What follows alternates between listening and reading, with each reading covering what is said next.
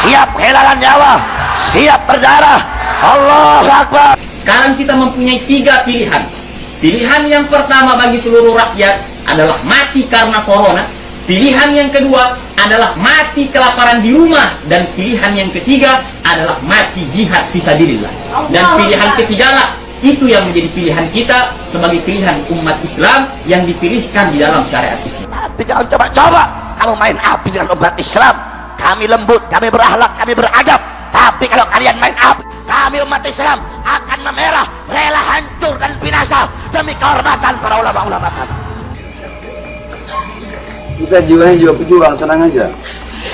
Jiwa saya jiwa pejuang. Saya udah tahu kok, pasti kayak begini. Saya mau serahkan, bukannya menyerahkan diri. Saya ikut ke lapangan. Saya nggak bakal kabur, nggak bakal lari. Ini pengacara saya nggak bakal lari. Bapak kakak, ikut saya ke dalam. Merokok sebentar mas saya. Siapin mobilnya bapak di sini. Pergi mas saya bareng mas saya. Wahai para pemuda-pemudi Islam, jadilah engkau pemuda-pemudi yang mengibarkan perjuangan baginda Nabi besar Muhammad. Jangan pernah engkau takut dengan siapapun. Singkirkan dalam hatimu ketakutan, singkirkan dalam hatimu kekhawatiran. Jangan pernah kau takut. Wahai para pemuda-pemudi, engkau adalah harapan bangsa, engkau adalah harapan Indonesia. Saya udah tahu kok, pasti kayak begini. Kalau beginilah, kalau lawannya udah istana, tugas dari atasan intervensi terus intervensi dari atasan. Saya tahu semua. Siap. Saya berani bertanggung jawab. Jadi tenang aja. Makassar itu yang Pak Ul, tahu saya orangnya bilang. Iya. Syubbanul Yom, Rijalul Ghad, pemuda-pemuda masa kini adalah pemimpin masa depan. Baik buruknya bangsa ke depan tergantung daripada anak-anak muda. Jikalau anak-anak mudanya baik, maka ke depan bangsa akan menjadi bangsa yang baik. Tetapi jikalau anak-anak mudanya rusak, anak-anak muda tidak takut kepada Allah Subhanahu wa taala, maka besok bangsa kita akan rusak, besok bangsa kita akan hancur. Kita buktikan keberanian kita. Oleh karena itu kita buktikan nyalinya kita dengan pembelaan kita terhadap kasus Habib Bahar bin Ali bin Smith untuk melawan pemerintah yang zalim.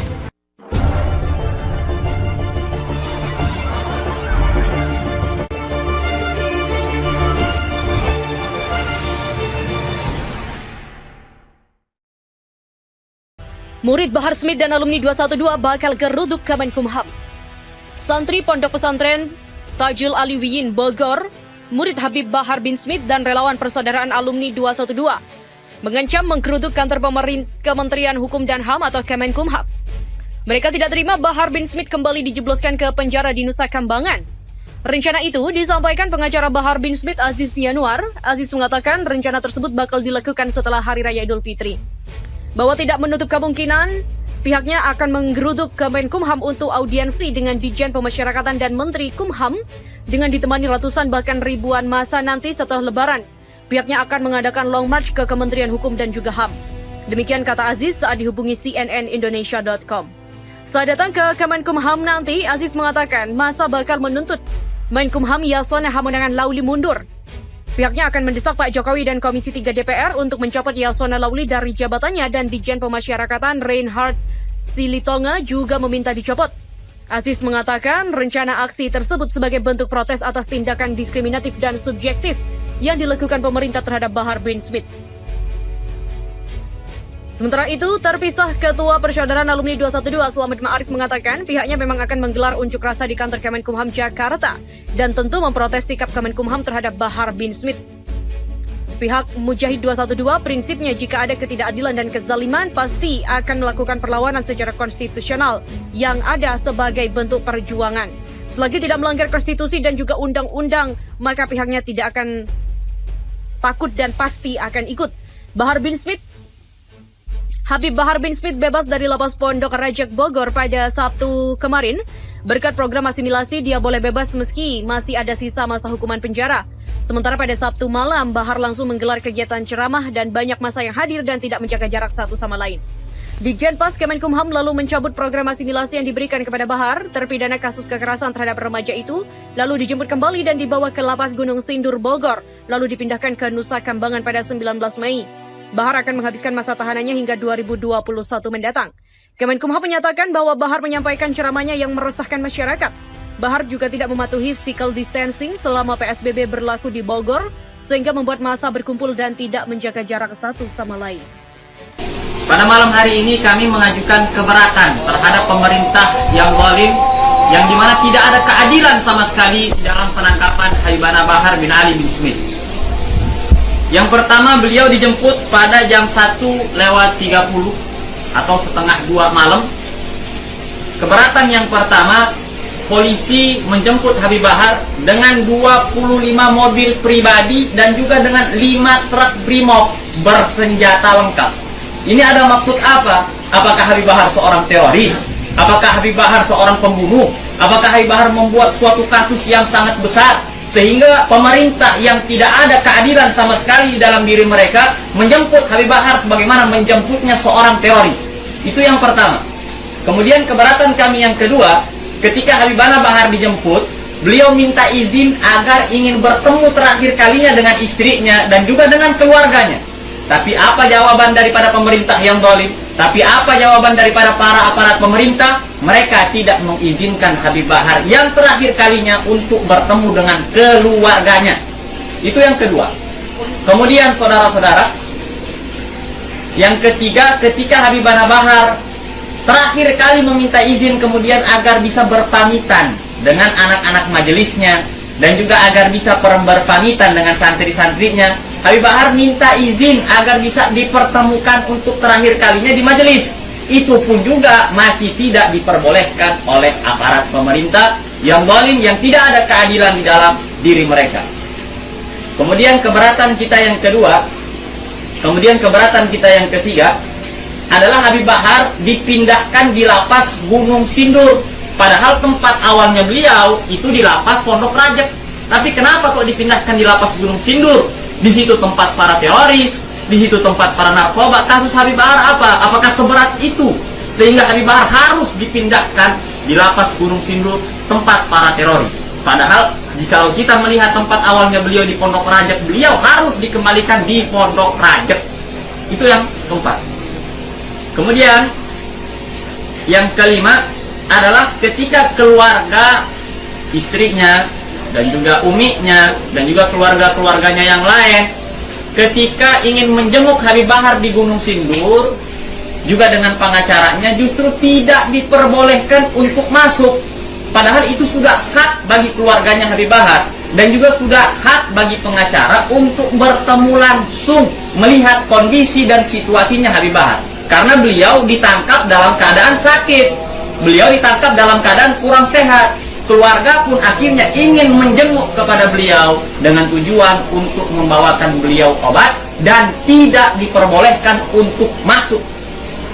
Kemudian banyaknya akhirnya orang-orang yang berdemo ketika itu baru diperbolehkan masuk jam 8 malam. Nah, ini ada apa? Padahal ini sudah haknya keluarga untuk masuk, malah tidak diperbolehkan untuk masuk. Nauzubillah min dzalik. Ini sudah jelas-jelas ketidakadilan yang ada di negaranya kita dan juga kezaliman terhadap para ulama. Itu keberatan kita yang keempat. Kemudian keberatan kita yang kelima adalah ketika para keluarganya dan pengacaranya sampai di Gunung Sindur bertemu dengan Habib Bahar, polisi menjanjikan agar diisolasi Habib Bahar selama 6 hari 6 malam di Gunung Sindur. Tapi apa jadinya? Belum 1 hari malah Habib Bahar sudah dipindahkan lagi di Lapas Nusa Kambangan, di Lapas Nusa Kambangan. Nah, padahal polisi seharusnya menepati janji mereka untuk mengisolasi Habib Bahar selama 6 hari 6 malam di Gunung Sindur. Tapi mereka pun mengingkari janji mereka. Itu keberatan, kita sangat-sangat keberatan. Kemudian kita juga keberatan karena ketika Habib Bahar dipindahkan di Nusa Kambangan, itu tidak ada kabar, berita, dan juga tidak ada kabar sama sekali, pemberitahuan kepada keluarganya sama sekali. Tiba-tiba dipindahkan saja tanpa ada pemberitahuan sama sekali. Kita sangat-sangat keberatan. Padahal sudah hak sulitnya bagi keluarga untuk mengetahui ketika Habib Bahar dipindahkan. Dan 3 kali pindahan ini pada waktu malam seakan-akan ini seperti perpindahan penculikannya orang-orang PKI. Karena PKI di waktu malam mereka ketika ingin menculik para jenderal-jenderal. Na'udzubillah min dzalik. Nah juga saya serukan kepada seluruh umat Islam. Saya serukan kepada seluruh para habaib, kepada seluruh para ahlul bait. Jikalau satu dari ulama kita sudah disentuh, satu dari ulama kita sudah didolimi, maka besok ataupun lusa pasti ulama-ulama yang lain akan didolimi dan juga pasti akan disentuh oleh orang-orang dolim. Oleh karena itu kita buktikan keberanian kita. Oleh karena itu kita buktikan nyalinya kita dengan pembelaan kita terhadap kasus Habib Bahar bin Ali bin Smith untuk melawan pemerintah-pemerintah yang dolim. Sekarang kita mempunyai 3 pilihan. Pilihan yang pertama bagi seluruh rakyat adalah mati karena corona. Pilihan yang kedua adalah mati kelaparan di rumah. Dan pilihan yang ketiga adalah mati jihad fisabilillah. Dan pilihan ketigalah itu yang menjadi pilihan kita sebagai pilihan umat Islam yang dipilihkan di dalam syariat Islam. Oleh karena itu, saudara-saudara, mari kita buktikan pembelaan kita kepada para ulama. Mari kita buktikan pembelaan kita terhadap agama. Jangan kita biarkan pemerintah-pemerintah yang zalim. Jangan kita biarkan mereka mulai menunjukkan taring mereka untuk melawan syariat Islam. Maka kita harus dengan nyata, maka kita harus dengan berani untuk melawan mereka, berjihad walaupun jihad kita dengan lisannya kita. Mungkin hanya ini yang bisa saya sampaikan. Dan juga saya sebagai perwakilan daripada keluarga Tajul Alawiyin, keluarga Habib Bahar bin Ali bin Smith, mengucapkan mohon maaf jika ada kesalahan. Wabillahi taufiq wal hidayah. Wassalamualaikum.